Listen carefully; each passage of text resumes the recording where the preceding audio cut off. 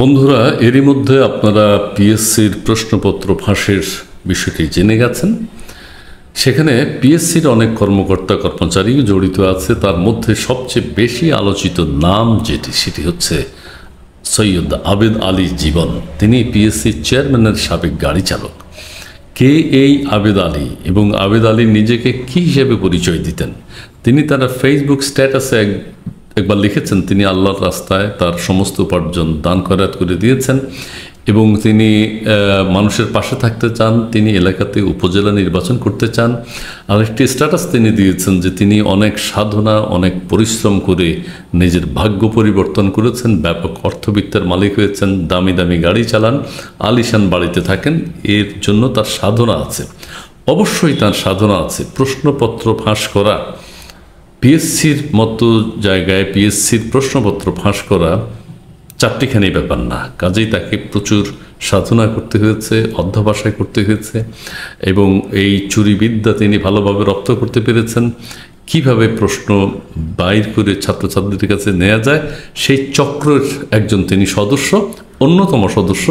এবং সেই চক্রের সবাইকে বাংলাদেশ পুলিশ গ্রেপ্তার করেছে। বেরসিক পুলিশ আবেদ আলীকেও বাদ দেয়নি।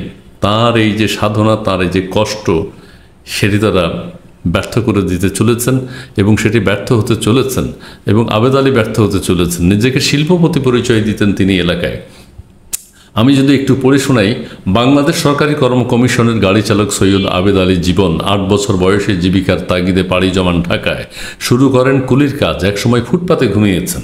কষ্ট করেছেন, অবশ্যই কষ্ট করেছেন। কষ্টের পর কষ্ট করেছেন তিনি। এরপর গাড়ি চালানো শিখে তিনি চাকরি নেন পিএসসিতে। তারপর জড়িয়ে পড়েন পিএসসির প্রশ্নপত্র ফাঁস চক্রের সঙ্গে।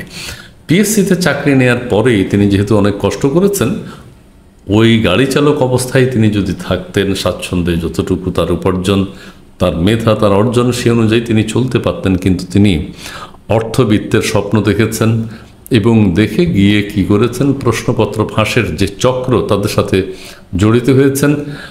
আর ফিরে তাকাতে হয়নি। পিছনে অর্জন করেছেন বিপুল সম্পদ এবং সঙ্গে ক্ষমতাও। অর্থ ছিল, ক্ষমতাও হয়েছে। এলাকাবাসী কেউ জানতেন না যে তিনি একজন গাড়ি চালক ঢাকায়।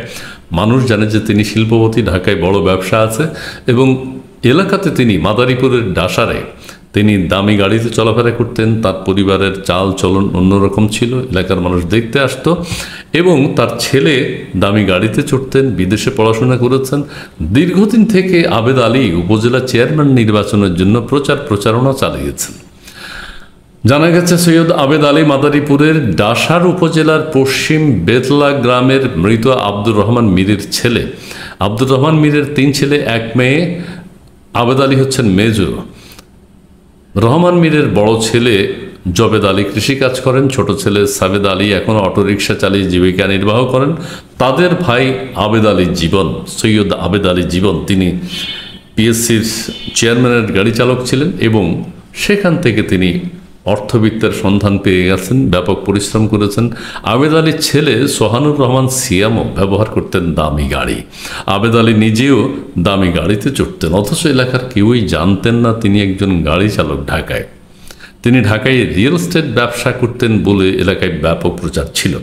তিনি একজন বড় বিজনেসম্যান, রিয়েল এস্টেট ব্যবসা করতেন, এটা এলাকার সবাই জানে। কয়েক বছর ধরে এলাকায় ব্যাপক দান খয়রাত করেছেন। প্রশ্ন ফাঁস চক্রের এই হোতা আবেদ আলী। এলাকার মানুষ জানে তিনি দানবীর। তিনি আগামীতে নির্বাচন করবেন, জনপ্রতিনিধি হবেন। নির্বাচন করার অনেকবার চেষ্টা করেছেন, সফল হননি। আগামীতে তার নির্বাচন করার কথা ছিল, কিন্তু বেরসিক পুলিশ তাকে গ্রেফতার করেছে এবং তার যে অধ্যবসায়, তার যে শ্রম, যার যে মেধা তিনি কাজে লাগিয়েছেন, যে মেধা কাজে লাগিয়ে তিনি লিখেছেন, তার স্ট্যাটাস দিয়েছেন যে অনেক সাধনা করে নিজের ভাগ্য তিনি পরিবর্তন করেছেন। সেই পরিবর্তন, যে কারণে ভাগ্য পরিবর্তন হয়েছে, সেই ভাগ্য পরিবর্তনের কাহিনী এখন আমরা জেনে গেছি। দেখা যাক আরও কি কি অপকর্ম তারা করেছেন। দর্শক বন্ধুরা, যে যেখানে আছেন ভালো থাকবেন, সুস্থ থাকবেন। পিএসসি একটা এই জায়গায়ও দুর্নীতি, এটি আমাদের বিশ্বাস করতে কষ্ট হয়।